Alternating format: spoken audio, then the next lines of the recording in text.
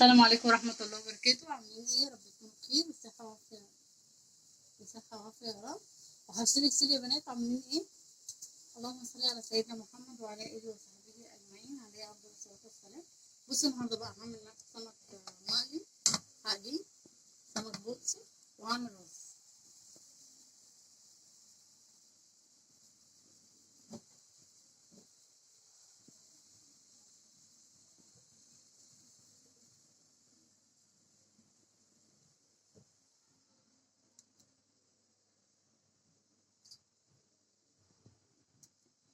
هحط في الرز 3 كوباية زيت كده، 3 ارباع.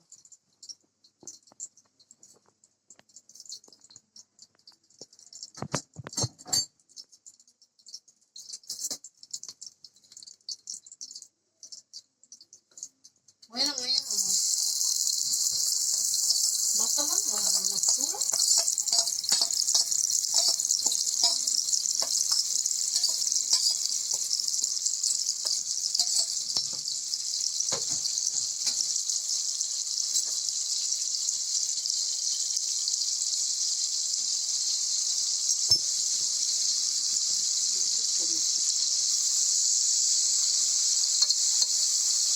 هخلي البصلة تغمق معايا خالص، وبعد كده احط مية الرز.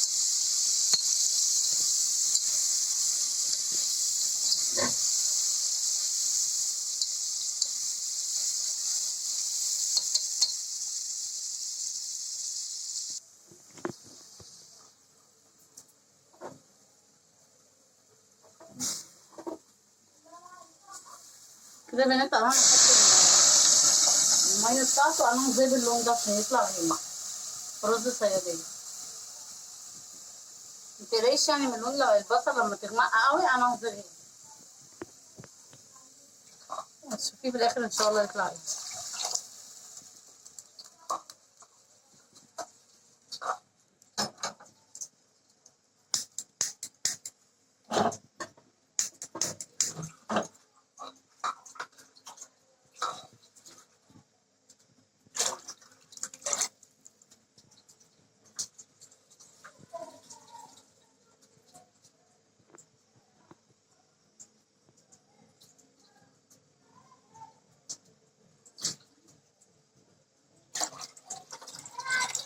كده انا حطيت اهو،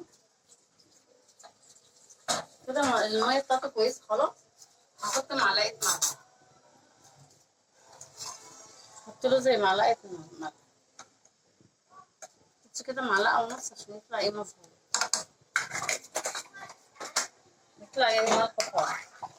خلاص كده انا هغطي عليه لغاية ما المية تغلي. هكون غسلت رز واحطه مع السمك لغاية ما الرز يخلص. وهنا يا جماعة انا حطيت السمك في الدقيق اهو، حطيت اقليه.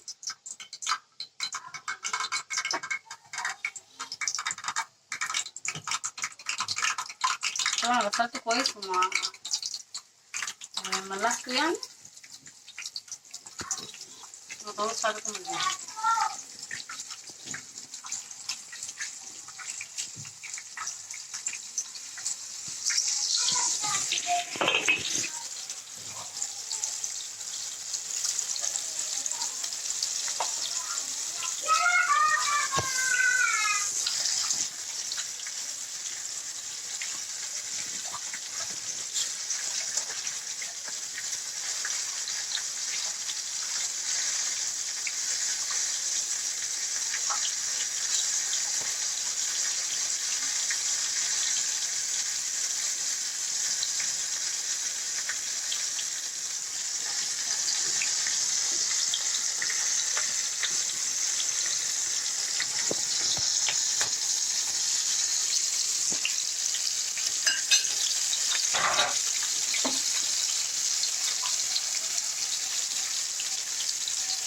بصوا هنا يا بنات انا حطيت الرز اهو.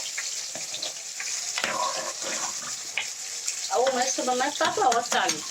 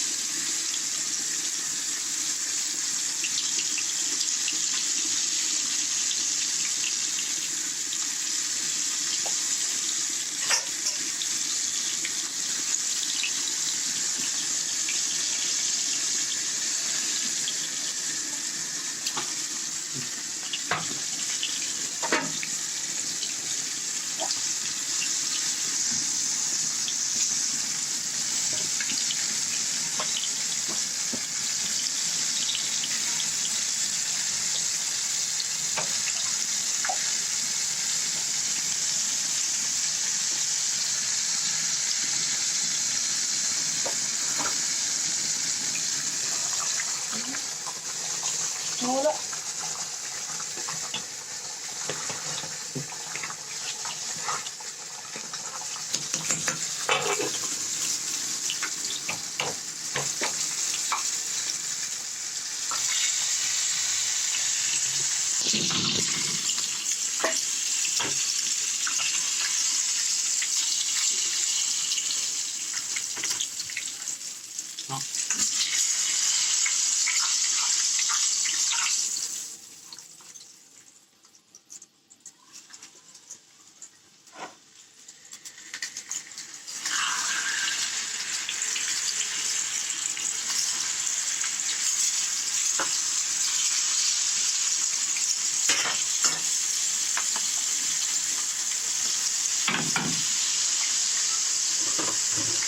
كده يا بنات انا اهو وطيت على الرز مغطيه عليه لغايه ان شاء الله ما يستوى 10 دقايق ويستوى.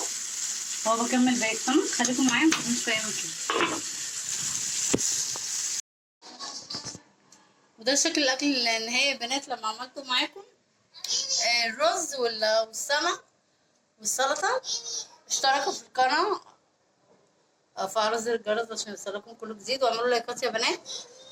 شكرا ليكم، ربنا يسعدكم يا رب. تعالوا اتفضلوا معانا. يلا اقول لكم باي باي، مع السلامه. السلام عليكم ورحمه الله وبركاته. باي باي، مع السلامه.